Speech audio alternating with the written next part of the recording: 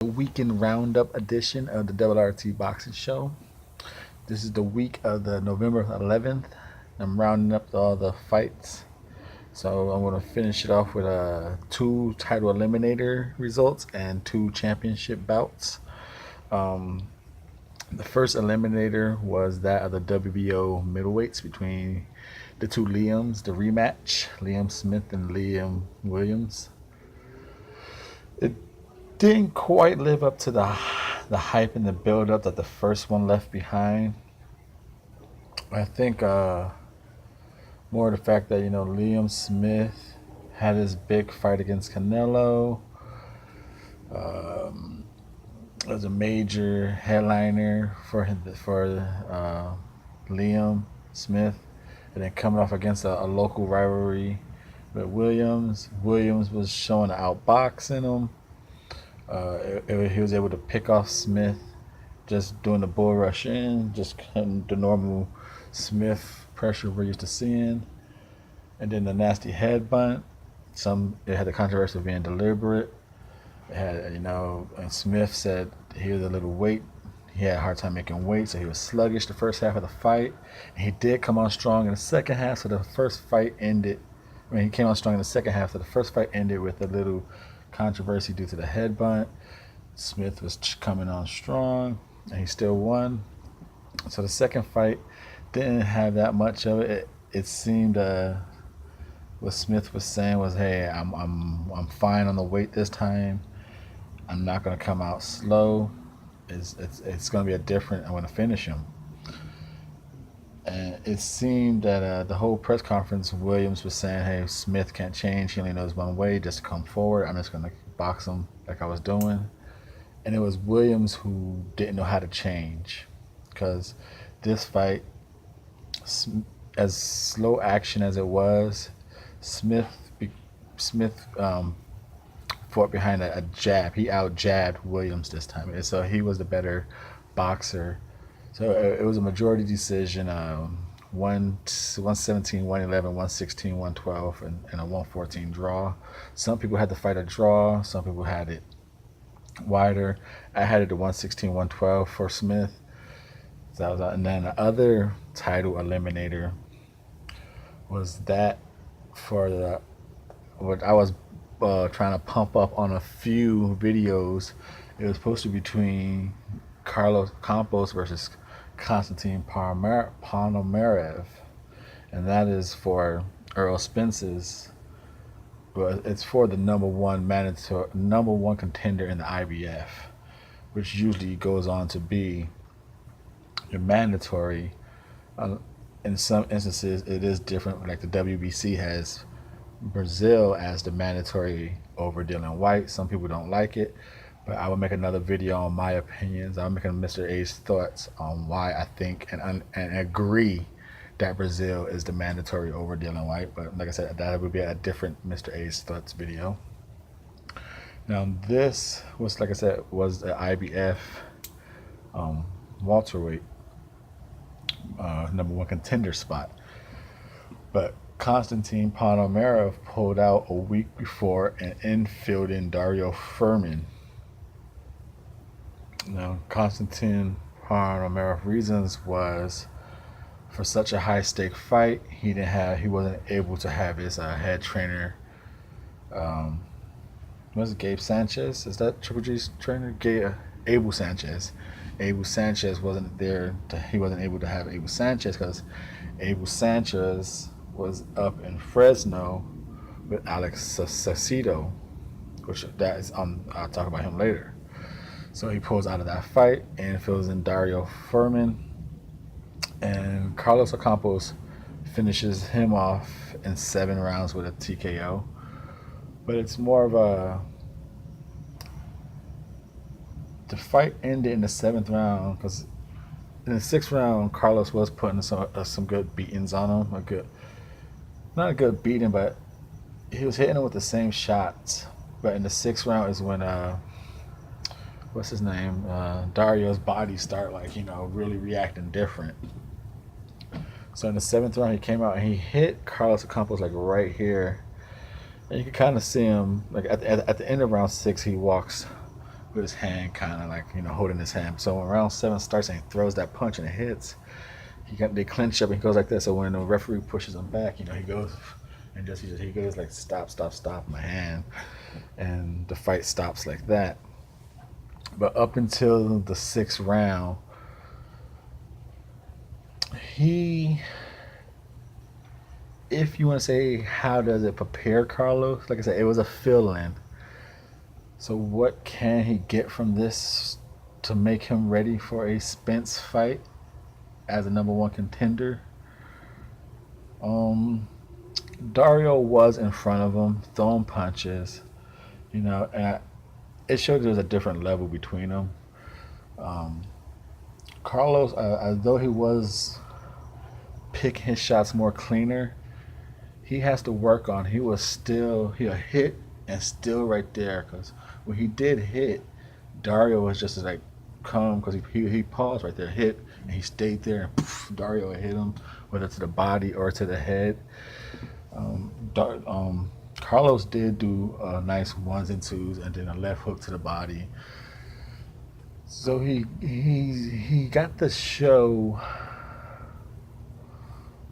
some type of pick apart in front of you pressure fighter. Now, is Dario even close to this pressure that Spence is going to bring?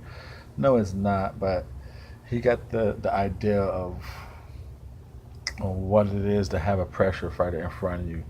Like I said, due to Dario's poor sloppy foot I was talking about in the breakdown, he threw himself. He was able to get picked off in between pretty easy by Carlos. Like Dario throw one shot, kind of like leave himself open, and should just get hit. So, in those 2 title eliminators, Liam Smith won. So he is now, his next fight is the WBO middleweight, which either going to be Saddam Ali if he beats Cotto, or a vacant belt that Cotto wins that fight and retires with.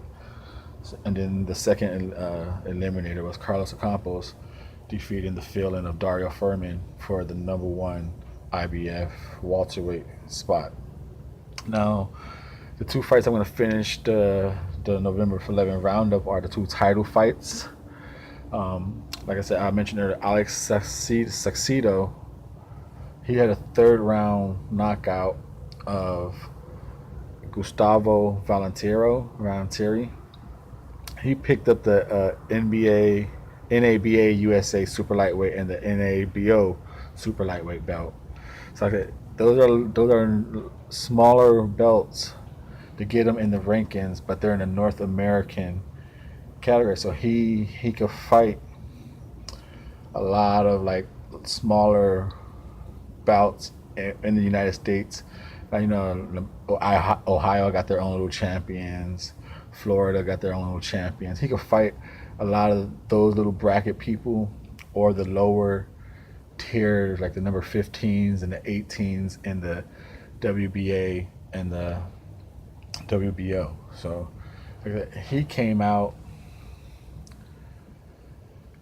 very, very patient. Abel Sanchez got him fighting like Triple G. You can see the similarities that he's trying to train him with. He stalks, he walks around the ring, very patient with his shots. He doubles up with the left hook. So like the first 2 rounds was more just tracking him down, hitting him with some hard jabs, hard 1-2s. Valentieri tried to come out, but he was just more of a blown up foreign fighter. Those records are very home country brewed records. And in the 3rd round, he was just able to catch Futaro with an uppercut, and it kind of just stunned him. He ended up taking a knee like a couple seconds down later, and then he got up, another little exchange, and just like the uppercut, Gustavo had like a late reaction of a punch. His legs went all noodled. He fell. I'm surprised the referee let him continue, considering that the effects was way after the punch. Like if his body's acting like that, you shouldn't let him fight anymore. But he got up, and then like 10 seconds later, he probably Alex Saucedo probably got knockout of the week. So if you missed that fight, go check it out. Alex Saucedo defeats Gustavo for voluntary in a third round knockout. Like I said, probably knockout of the week. You know, it could be the month maybe because I can't. No, wait, we got Deontay Wilder. Hold on. So definitely just a week. And then I'm gonna finish this November 11th roundup with a champion defending their belt, and that is the WBC World Female Bantamweight Champion, Mariana Barbie Juarez. She had a 6-round TKO over Alicia Graf. Um, it was a bunch of 1-2s and a lot of straight rights.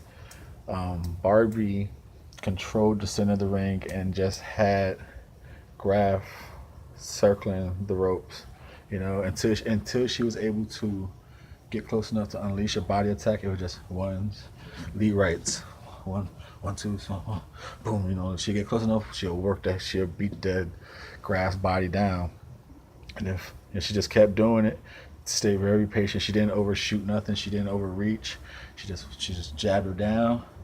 You know, Graf was trying to throw. She threw some jabs in between, but for like 5 rounds, Barbie just control center, jab, oh, boom, lead rights, jab, 1-2s, lead rights, get close again, body, and she start hitting, but the shots were building up. You could see Graf's face changing. You know, it got to the point where Graf was starting like to walk away. I forgot what video. I just made another video about that, about some guy walking away like that, and he got cracked. Oh, Schultby versus Gorman. You know, walking their backs like that. When you start seeing fighters do these things, they're done. And sure enough, she got her point deducted for walking and turning her back. And then just in the 6th round, she started getting beat up again. And by that time, Graf got like walked back and she's like, "Oh, my leg." And, like, she was pointing to her leg, her eye. She couldn't see. She just like pointing to all bad parts of her body just hurting. So like I said, those 1-2s and straight rights all around the ring. So it's a very thought out, technical but basic, but nice to watch because it wasn't nothing fancy. The Barbie just jabbed herself in.